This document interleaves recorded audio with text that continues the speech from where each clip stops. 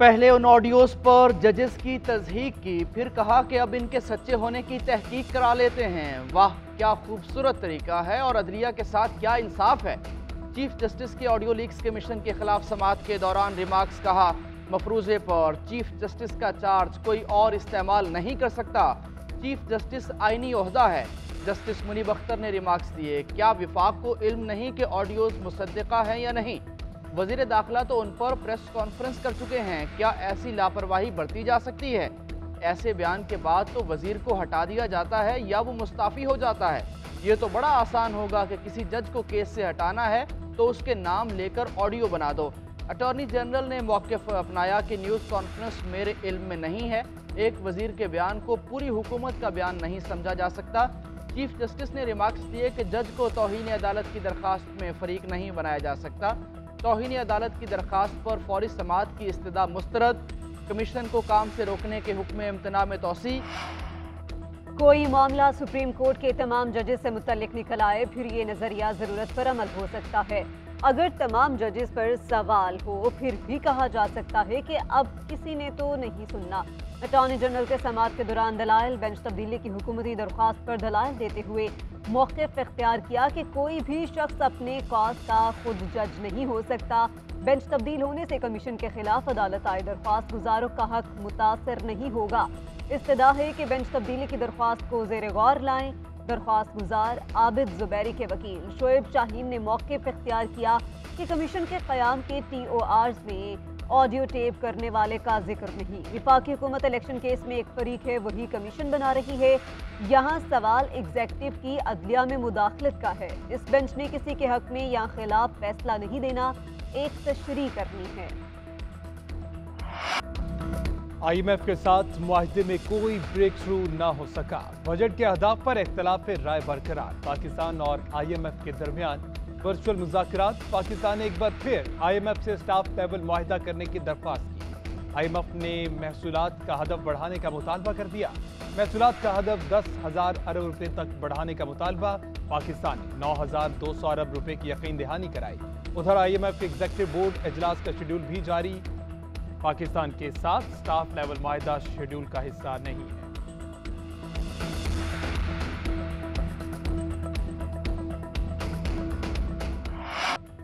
वज़ीर आज़म जून में IMF से मुआहिदे के लिए पुरउम्मीद। कहा, IMF फंडिंग हासिल करने के लिए पाकिस्तान तमाम इक़दामात मुकम्मल कर चुका है। उम्मीद है इस माह कोई अच्छी खबर मिलेगी। IMF की जानिब से नवा जायज़ा तमाम शराइत व ज़वाबित से मुताबिकत रखता है। वज़ीर आज़म का तुर्क खबर एजेंसी को इंटरव्यू बोले, पाकिस्तान के अवाम ने माजी में भी चैलेंजेस का सामना किया, ज़रूरत पड़ी तो खुद को मजबूत करेंगे और दोबारा उठेंगे। मसाइल गुज़श्ता हुकूमत की पॉलिसीज़ से पैदा हुए, अवाम और दोस्त ममालिक की मदद से चैलेंजेस से निमटने में कामयाब रहे। वज़ीर आज़म ने कहा, चेयरमैन PTI ने लोगों को रियासत के खिलाफ उकसाया। 9 मई के वाक़यात के जिम्मेदारों को इबरतनाक सजा देंगे। ये इलेक्ट्रिक के निजकारी का मामला क्यों सुने, पार्लियामेंट मौजूद है, जमात इस्लामी वहाँ निजकारी का मामला उठाए। आर्टिकल 184(3) के तहत यहाँ दरख्वास्त हुकूमती मुआशी पॉलिसी के खिलाफ है कि इलेक्ट्रिक निजकारी केस में जस्टिस अतर मिनुल्लाह के रिमार्क्स। जमात इस्लामी के वकील ने मौक़िफ़ इख्तियार किया कि पार्लियामेंट फेल हो जाए तो फिर अदलिया का ऑप्शन बाकी रह जाता है। जस्टिस अतर मिनुल्लाह ने रिमार्क्स दिए कि ऐसा ना कहें कि पार्लियामेंट नाकाम हो गई, पार्लियामेंट का एहतराम करें, ऐसे इक़दामात से ही पार्लियामेंट मजबूत होगी। सुप्रीम कोर्ट ने दरख्वास्त निमटा दी, मामला मुतल्लिका फोरम पर उठाने की मोहलत की इस्तदा मंजूर कर दी गई।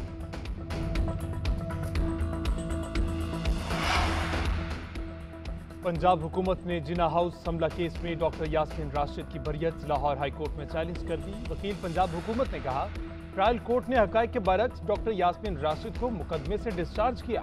यास्मीन राशिद ने जिना हाउस पर हमला करने वालों की रैली की क़यादत की। तमाम सबूत मौजूद होने के बावजूद डॉक्टर यास्मीन राशिद को मुकदमे से डिस्चार्ज किया गया।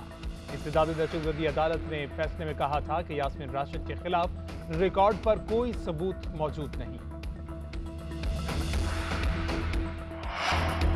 9 मई के बाद पंजाब भर में नजरबंद अफराद की फहरिस्त लाहौर हाई कोर्ट में पेश। एडिशनल IG लीगर की रिपोर्ट के मुताबिक पंजाब में 53 अफराद नजरबंद हैं। 3140 की नजरबंदी के अहकाम जारी किए गए थे। 3055 को नजरबंद किया गया। बादअज़ा 3045 को रिहा कर दिया गया। GHQ हमला केस में मजीद 3 मुलजिमों की शनाख्त रेट मुकम्मल, 2 खवातीन भी शामिल। एक खातून पाकिस्तानी निजात गैर मुल्की शहरी है। गिरफ्तार 106 मुलजिमों में से 61 की शनाख्त कर ली गई। दूसरी जानिब कैंट में पुलिस की गाड़ियां जलाने का केस, अदालत ने 12 मुलजिमों का 5 रोजा जिस्मानी रिमांड मंजूर कर लिया। मुलजिमों के खिलाफ थाना सरवर रोड में मुकदमा दर्ज है। लाहौर हाईकोर्ट पिंडी बेंच का शाह महमूद को फौरी रिहा करने का हुक्म। अदालत ने शाह महमूद की फौरी रिहाई का हुक्म देते हुए कहा कि उन्हें किसी और MPO ऑर्डर के तहत गिरफ्तार न किया जाए। PC रावलपिंडी के 3 MPO ऑर्डर कलअदम करार दे दिए और शाह महमूद कुरैशी से किसी किस्म का श्योरिटी बॉन्ड जमा कराने की हिदायत नहीं की। शाह महमूद कुरैशी को 9 मई के बाद 3 MPO के तहत गिरफ्तार किया गया था और उनके इस्लामाबाद हाईकोर्ट के हुक्म पर 23 मई को रिहाई अमल में आई थी। अडयाला जेल से रिहाई के बाद उन्हें एक बार फिर पुलिस ने गिरफ्तार कर लिया था।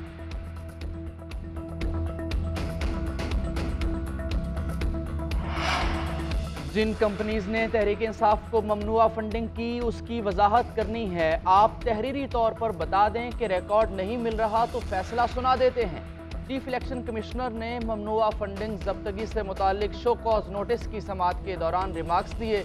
अनवर मंसूर की जवाब जमा कराने के लिए 1 माह की वक्त देने की इस्तदा। कहा, इस वक्त सियासी जमात पर ज़मीन तंग कर दी गई है, जिस पर चीफ इलेक्शन कमिश्नर ने रिमार्क्स दिए कि पाकिस्तान में सियासी जमातों पर ऐसे हालात आते रहते हैं, बहुत ज़्यादा परेशान होने की ज़रूरत नहीं है।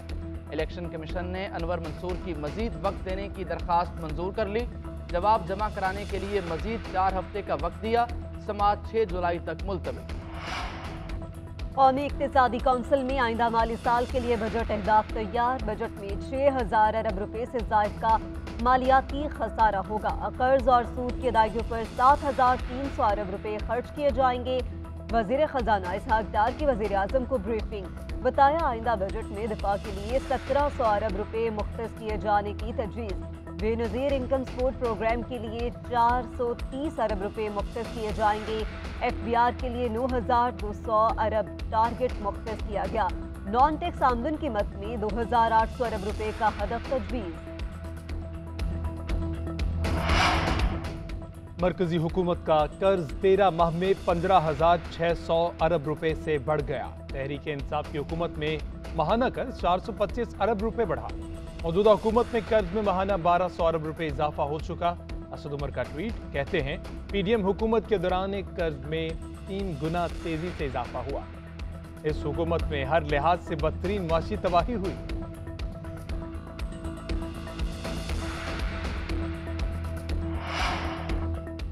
कराची के शहरियों को बिजली का झटका। के इलेक्ट्रिक के लिए बिजली की कीमत में 1 रुपया 55 पैसे फी यूनिट इजाफा। इत्तलाक मई, जून और जुलाई के बिल्स में होगा। कीमत जुलाई, अगस्त और सितंबर 2022 की एडजस्टमेंट की मद में बढ़ाई गई। नेपरा ने बिजली की कीमतों में इजाफे से मुताल्लिक फैसला वफाकी हुकूमत को भिजवा दिया। मेयर कराची पीपल्स पार्टी का ही होगा। 15 जून के बाद अवाम की आवाज ऐवान में गूंजेगी।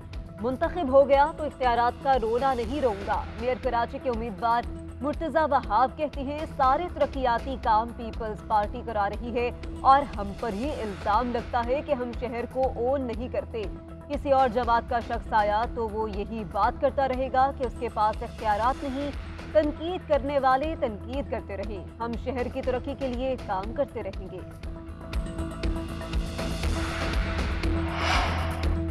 मेयर जमात इस्लामी से होगा। 193 को हराकर 173 को जितवाएंगे तो अच्छा नहीं होगा। 9 मई को बुनियाद बनाकर लोगों को धमका रहे हैं, गिरफ्तारियां कर रहे हैं। इस पर सवाल उठाना हमारा हक है।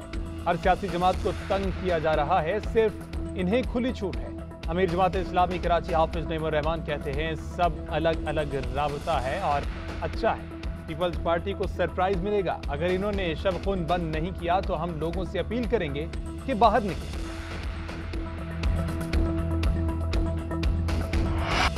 भारत या फिर Australia, world test cricket championship की ट्रॉफी कौन उठाएगा? फाइनल कल से ओवल लंदन में शुरू होगा। भारत की टीम दूसरी मर्तबा टेस्ट चैंपियनशिप का फाइनल खेल रही है। 2021 में पहली टेस्ट चैंपियनशिप के फाइनल में न्यूजीलैंड ने भारत को शिकस्त दी थी।